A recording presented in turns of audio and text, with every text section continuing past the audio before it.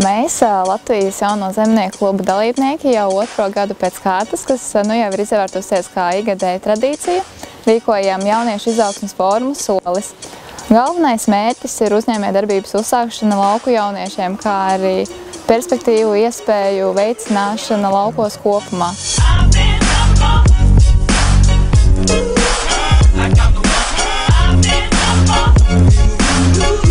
Jauno zemnieku klubā nedarbojas tikai jauni zemnieki. Šajā organizācijā darbojās visi tiem, kam reģioni tuvi un ir vēlme darboties, līdzdarboties un attīstīt. Jo ne visiem ir jādzīvo Rīgā un ne visi var dzīvot Rīgā. Ir jādzīvo arī cilvēkiem reģionos, un mums ir jāzina, kas tur ir. Un tad organizācijā darbojās gan no pieredzes bagātiem, gan jau arī tiem cilvēkiem, kas tikai sāk viņu krāt. Arī tādi, kas ir zināms, ka nekad neizies uz reģionu vai uz laukiem, bet viņiem būs apziņa, un viņi varēs tālāk virzīt šo domu, ka reģionos ir varēšana, un reģionos ir darbības, kas mums visiem ļauj lepoties ar to, cik skaisti ir mūsu Latvija. Ļoti svarīgi, lai lauksaimnieki, jaunie, potenciālie zemnieki sanāk kopā un aprunātos, apspriest kopīgi idejas. Tā rodās viedokļi, viens otru ietekmē.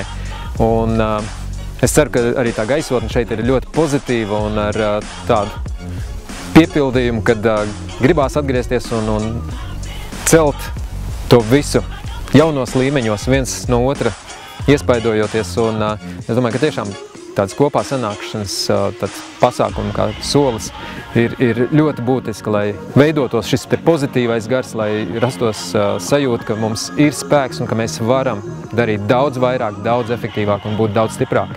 Tikšanās ar jauniešiem bija veltīta tādam atskatam par manu uzņēmēju darbību, šajā vieslīča izveidošanā, manu un manas ģimenes darbību. Jauniešiem, domāju, tas varētu būt noderīgs tieši tāpēc, paskatīties, jo vairāk variantu, jo vairāk pieredzes, jo labāk. Jo es uzskatu, ka šī personīgā pieredze, tas ir atšķirīgi no tā, ko var izlasīt kādā mācību grāmatā. Un ja tu redzi dzīvu cilvēku un aizbraukt apskatīties viņu uzņēmumu, ko mēs arī labprāt piedāvājam jauniešiem šādu iespēju, es domāju, ka tas ir vērtīgi. Un arī redzot auditorijas reakciju, man patika, jo interesi bija, jautājumi bija un dzīves un dedzīgas acis bija. Tā kā es ceru, ka tas aizgāja tur, kur bija domāts. Šeit uzstājās daudz dažādi motivējoši, interesanti cilvēki, lektori un dod dažādas lekcijas. Tiešām, jā, es domāju, ka šis ir labs pasākums priekš jauniem uzņēmējiem vai cilvēkiem, kas domā, ka viņi vēlās kļūt par uzņēmējiem, ir tīpaši lauksaimniecības jomā. Šīs dienas diskusijā bija neierasts standarts, kur bija jauni cilvēki, kas ir gājuši cauri tām pašām lietām, kur ies šie cilvēki cauri.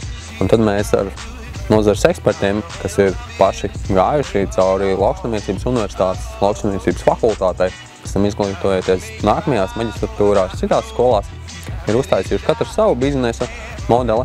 Un tad mēs varējām paprasīt, kur viņiem bija grūti, kādus viņi redzēja stūrakmeņus.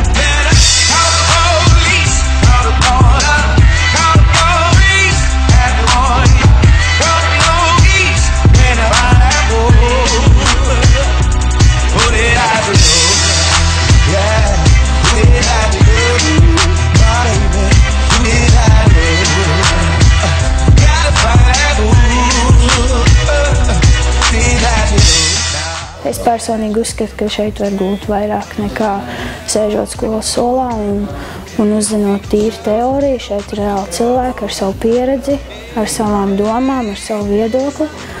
Mēs mācāmies ne tikai kā veidot biznesu, bet vispār par dzīvi kopumā. Es esmu ļoti priecīga, ka JZK organizē šādu pasākumu un ceru, ka tas būs arī turpmākos gadus. Labprāt tos apmeklēšu. Tas ir pozitīvs lādiņš, lai tu savas idejas būtu redzējis un izstrādājis kopā ar citiem. Tātad komandas darbs, pieredze, protams, labi pavadīts laiks un visticamāk doma viedražu ko tālāk attīstīt. Jo...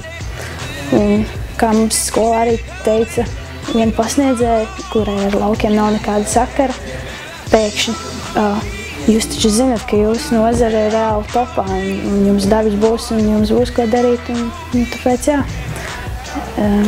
Vairāk šādu pasākumu, vairāk šādu cilvēku un Latvijas laukiem noteikti būs nākotne. Latvijas jauno zemnieku! Paldies!